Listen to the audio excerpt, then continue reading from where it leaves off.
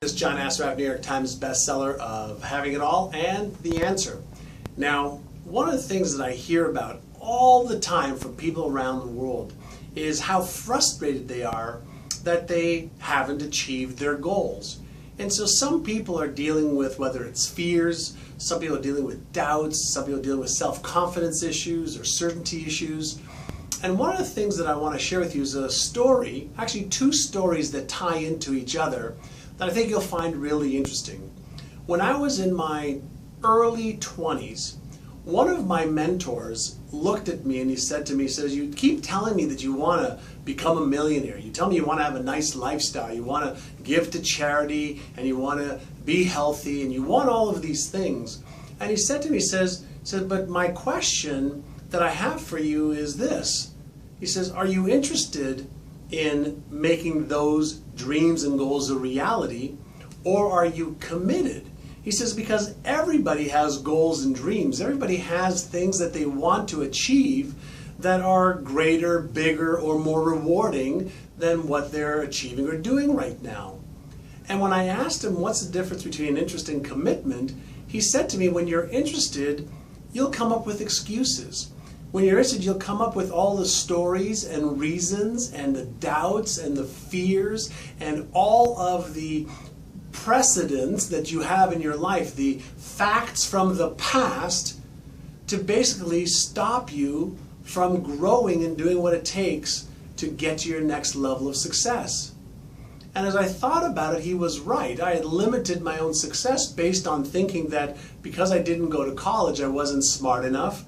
Because I didn't go to college, I didn't know what to do. Because I didn't go to college, nobody would really believe me or have trust in me. So I was dealing with a lot of inner stories and games because I was interested in achieving those goals. And he also said to me, he says, if you're committed to achieving those goals, you'll do whatever it takes to let go of the traumas, the stories, the excuses, the reasons, and you'll start to put yourself on a path to gain more knowledge, gain more skills, and you'll start to take actions a little bit every day towards what it is you want to achieve.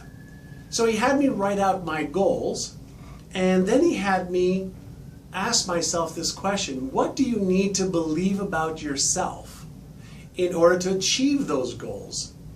And so I wrote down, well, what I need to believe about myself is that I'm worthy of achieving them. I would need to believe that I'm capable of achieving them. I would need to believe that I'm smart enough, and I would need to believe that it's possible. And so the first part was to help me believe what I would need to believe.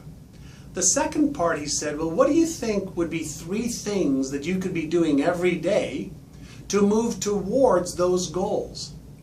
I said, well, I could prospect more. I was in sales at the time. I said I can upgrade my skills on my job or what I was doing, which was a real estate agent at the time. He said I can go and really take action every day and overcome my fears. And what I can share with you is just by following those few little steps of having the right beliefs and looking at them every day and emotionalizing them and feeling them. And even when I felt like I really wasn't those beliefs, I didn't really have those beliefs, I did it anyway, I started to take action every day.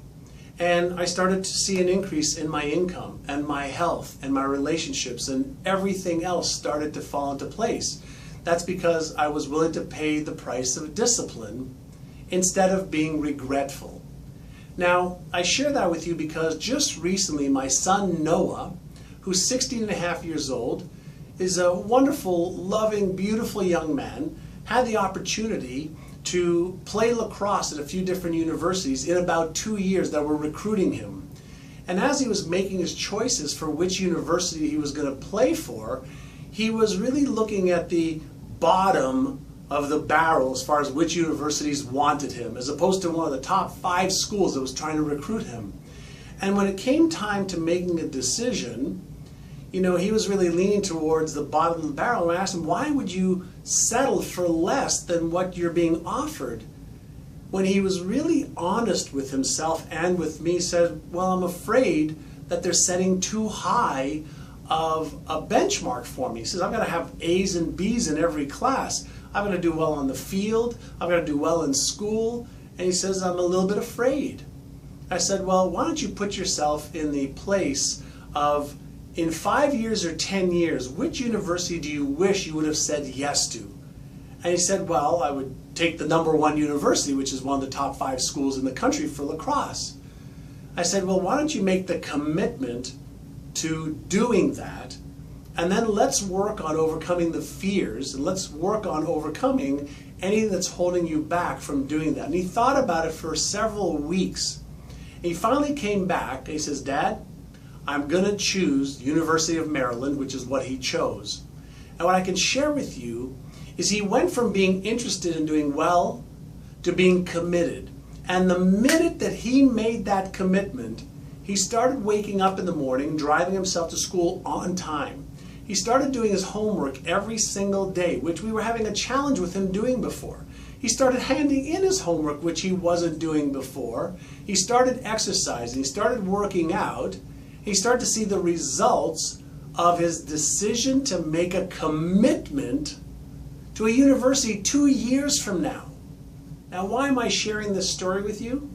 Because what I want you to understand is that if you're not achieving your goals and your dreams, it's probably because you have an interest in achieving them. Switch that interest and make it a commitment. Set a date of when you will achieve it by, and then find the knowledge, the skills, the tools, the resources to be able to overcome any emotional barriers, physical barriers, strategical barriers, so you could put yourself on the path to goal achievement instead of having these goals and dreams in your head and in your heart that you really want to achieve. Huge difference between interest and commitment. When you become committed, you'll start taking actions. When you start taking actions, you start seeing results. When you see one good discipline, it affects all other good disciplines. I hope that's helped you, and I hope that we can help you even more in the future with some of these programs.